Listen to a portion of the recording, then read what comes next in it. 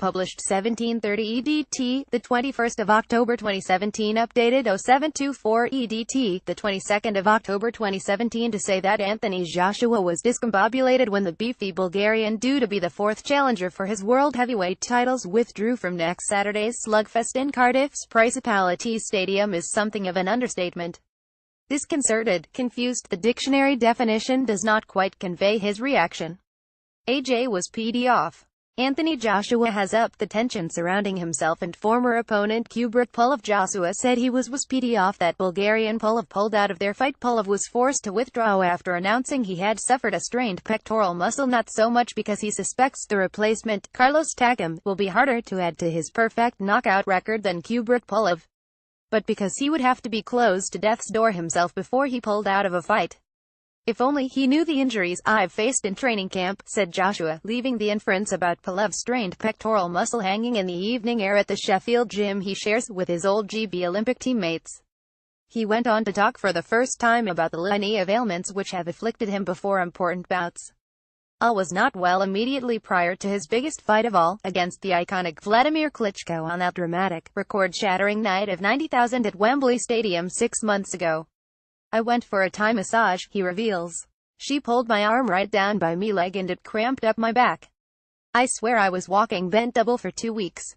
But we crack on. That is not an isolated case. Carlos Takam has stepped up in Pulev's place and will fight Joshua in Cardiff next week. AJ was then forced to find a short-notice opponent in Carlos Takam to fight in Cardiff, but the IBF and WBA World Heavyweight Champion claims he would never pull out of a fight. Joshua fills out his medical report. When I boxed Dominic Brazil in my first world title defense, I had glandular fever.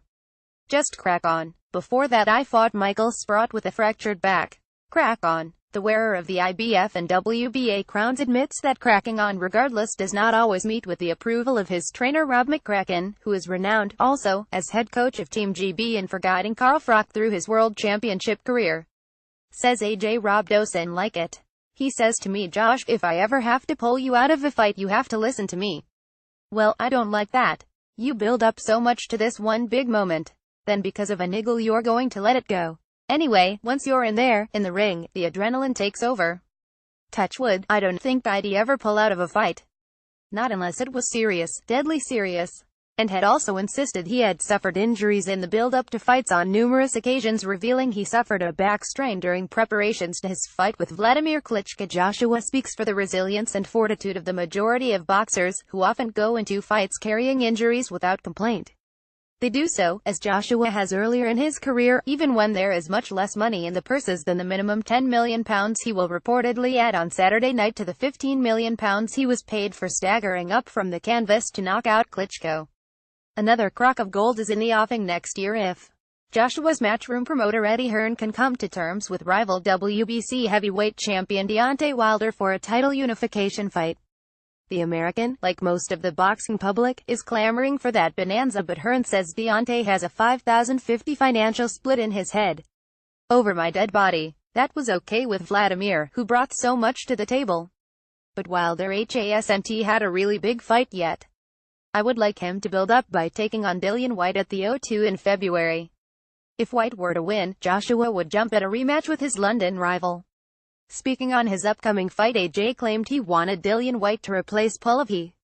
I wanted him to replace Pulev in Cardiff, says AJ, but Eddie told me I had to go down one place in the IBF rankings to Takam so as to fulfill my mandatory defense.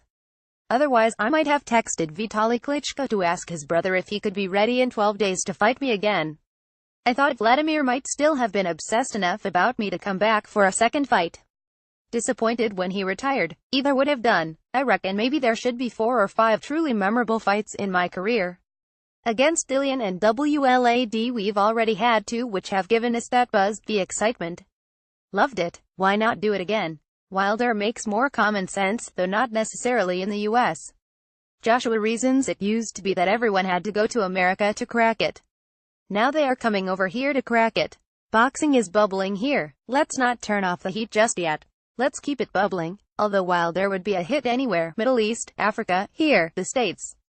Joshua poses with his belts alongside promoter Eddie Hearn in the wake of Klitschko win. Meanwhile, he has to deal with Takam, an Afro-Frenchman who has been stopped but once in his 39 fights and carries enough dangerous power to have scored 27 of his 35 victories by knockout. With that in mind, when Hearn told him we couldn't let Pulev come out to fight before an 80,000 crowd on live television less than fully fit, Joshua was only half joking when he said, "Hey, come on. Why not? I'm the one who's now got to fight this guy with a big punch and a head like a block of cement." Then he added the most startling revelation to his case history: a strained pec. But I've had a shoulder injury through camp for this fight. Only one thing for it, AJ, crack on.